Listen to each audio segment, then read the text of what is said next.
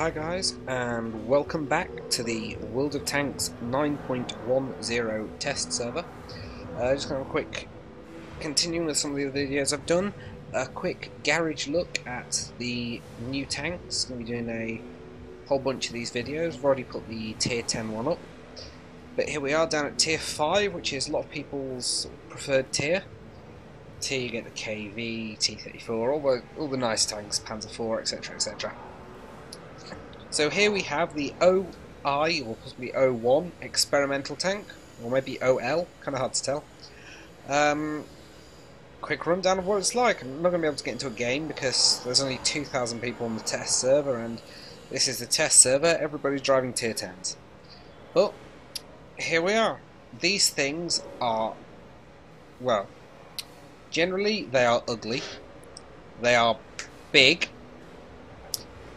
and yeah, they're quite interesting. I mean, this one, 700 hit points, which is more than equivalent tiers. If I just take a look here at where are we? The KV1 only has 640 hit points at the same tier.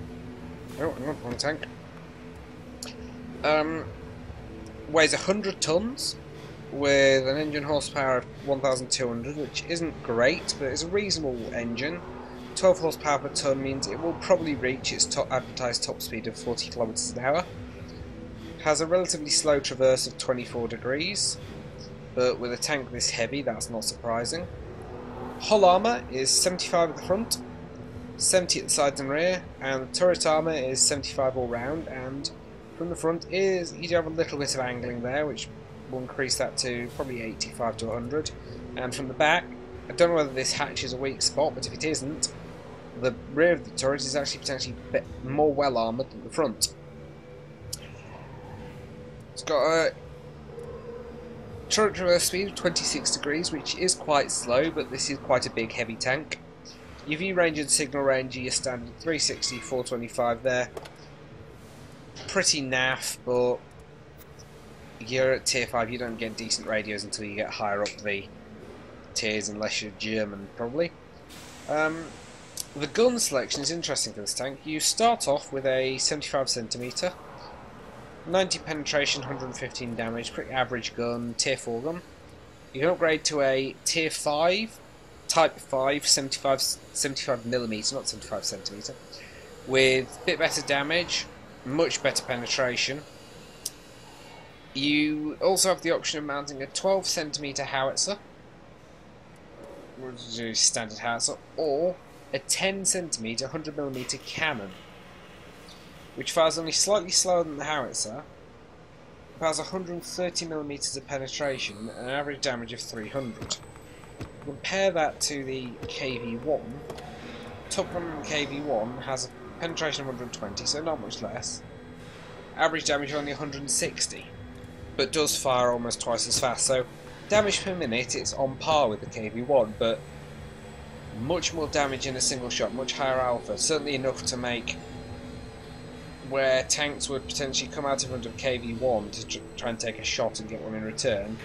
Tanks aren't going to want to come out in front of this and risk taking anywhere up to 375 damage from your standard shell. The premium round is a different kind of arm-piercing shell, just has a bit higher penetration, same damage. Although this is a weird gun because with the way the stats are written at the moment, it's a 10cm gun with 105mm ammunition, which is a 10.5cm shell. But never mind, this is the test server, these things are subject to change as they go, as usual. As far as this tank goes though, weak spots, can't say for definite, but probably these two turrets on the front and this commander's hatch. Lower plate, I don't know, but it is very well sloped in a couple of places. This plate here, if this is 75mm thick, you probably don't want to bother shooting at that. If you're going to shoot at the hull itself, shoot at the flat portions.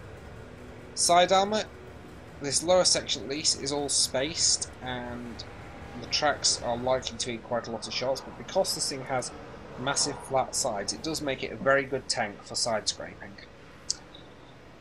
Anyway, that's the basic rundown of this tank. It's a shame that we don't have a multi-turret support in World of Tanks yet, and probably aren't going to for quite a while.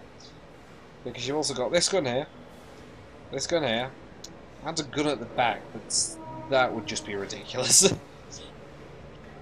And all these tanks, well, they never existed. They were all, in some cases, have a look here, they're super heavies. The designs were laid down, work did start on them, but that's as far as anybody knows. So, they do look like they could be quite fun to play though. You've got some reasonably fast heavies down here, up to tier 10, much slower. You got rather a variety. If we have a look, you go, there's a new medium tank, you got the not heavy Type 91 at tier 3 with, well, it's got about as little armour as the light and medium tank. And start to pick up a bit more armour at tier 4. As you see in tier 5, tier 6 you pretty much double your armour. Tier 7 you get more again, but they start to get slower as you get up here. When you get to tier 10, the tier 10 tank I have played in a few matches, and it does have very good armour and almost mouse-like health. So they look like they certainly could be quite fun to play.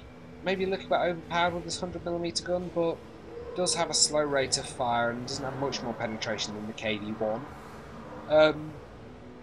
So yeah, I look forward to getting a match in this, and if I manage to get one on the test server, I will remember to record it. As long as I don't suck, I will put it up so you can see what this thing performs like. And obviously, the moment it goes on the live server, I will probably free experience my way up to tier 5, and I will start doing proper tank review for you. Right, that's it for this quick look at the tank today in the garage. I hope this was informative for you, gives you an idea of what to expect. I'll be looking at some of the other tiers as well.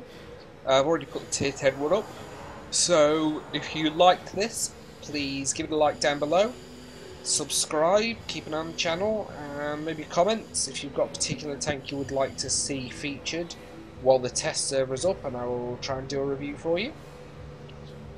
And yeah, so take care with whatever you're playing, and I'll catch you next time.